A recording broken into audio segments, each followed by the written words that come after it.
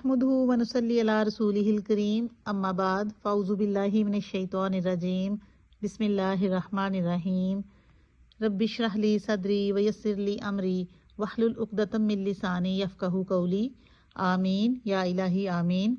Rabbi ज़िदनी इल्मा।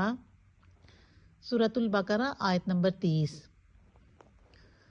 वइज़ क़ाल रब्बुका लिल मलाइकति इन्नी जाइलुन fill earthy खलीफा। वइज़ क़ाल, वइज़ और जब, क़ाल फरमाया, रब्बुका आपके रब ने, रब्बुका यानी आपके रब, आपसे मुराद इस वक्त नबी सल्लल्लाहु अलैहि वसल्लम से है।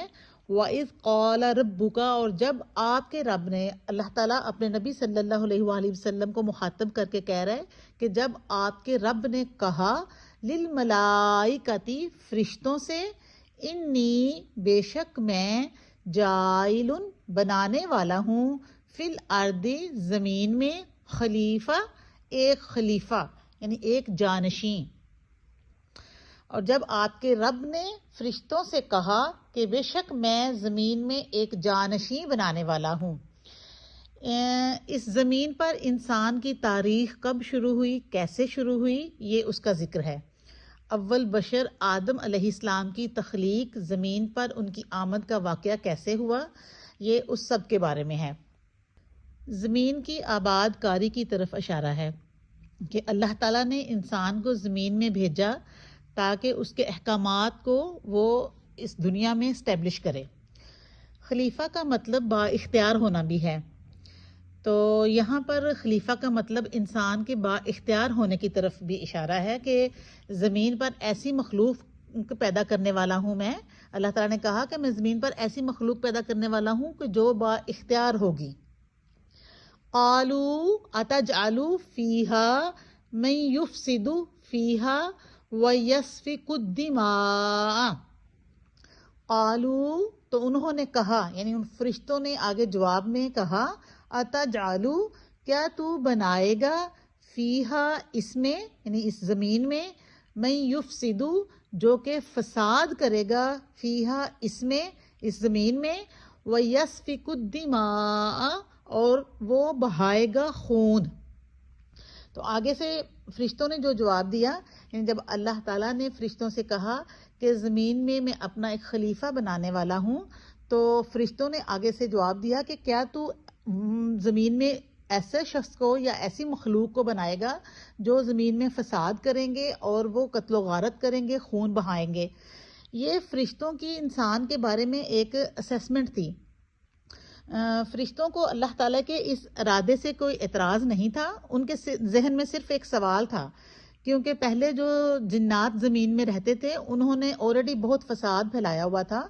तो फरिश्ते चूँकि अल्लाह ताला की एक बाशऊर मखलूक हैं, तो उन्होंने ये सवाल इसलिए किया कि इंसान को चूँकि इख्तियार दिया जाएगा कि वो जो चाहें करें, तो वो अपने इख्तियारात को फिर मिस यूज़ करेंगे और शर का गलबा करेंगे, फसाद फैलाएंगे।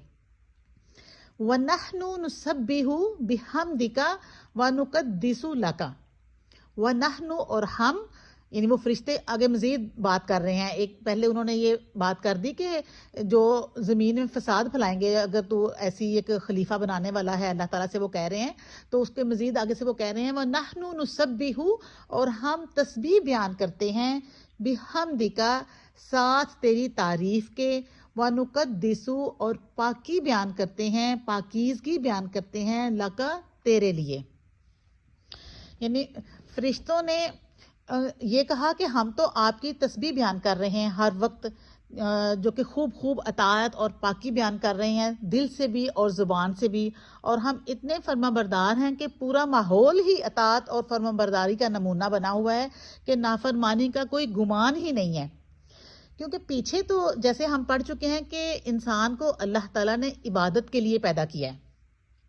तो फरिश्तों को जब मालूम था कि इंसान को अल्लाह ताला इबादत के लिए पैदा कर रहा है, तो उन्होंने कहा कि हम भी तो खूब इबादत कर रहे हैं, تو وہی کافی نہیں ہے؟ ہم ہر وقت تسبیح بیان کر رہے ہیں، اور پھر مزید ایک اور ایسی مخلوق پیدا کرنے کی کیا ضرورت ہے عبادت کے لیے؟ کیونکہ ہم تو ہر وقت، فرشتے تو ہر وقت لگے ہوئے عبادت میں ہی ہیں، وہ نافرمانی کا کوئی تصور بھی نہیں ہے۔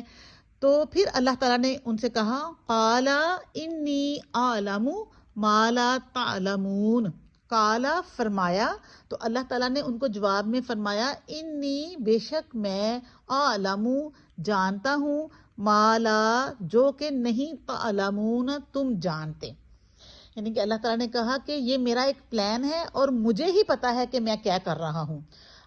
فرشتوں نے جب اللہ تعالیٰ کو ایکسپلین کیا کہ تسبیح بیان کرنے کے لیے، عبادت کے لیے، ہر وقت سجدے کرنے کے لیے تو ہم کافی ہیں، تو پھر ایک اور مخلوق دنیا میں بنانے کی کیا ضرورت پڑی ہوئی ہے، جس کے پاس کے اختیار بھی ہوگا کہ وہ جو چاہیں کریں، تو وہ زیادہ تر شر کا ہی غلبہ کریں گے۔ تو اللہ تعالیٰ نے کہا قال انی اعلم ما لا تعلمون، کہ بے شک مجھے پتا ہے، میں جانتا ہوں جو تم لوگ نہیں جانتے، کہ زمین پر صرف فساد کرنے والے لوگ ہی نہیں آئیں گے، بلکہ انبیاء، صدیقین اور شہداء بھی آئیں گے، اچھے اور نیک لوگ بھی آئیں گے۔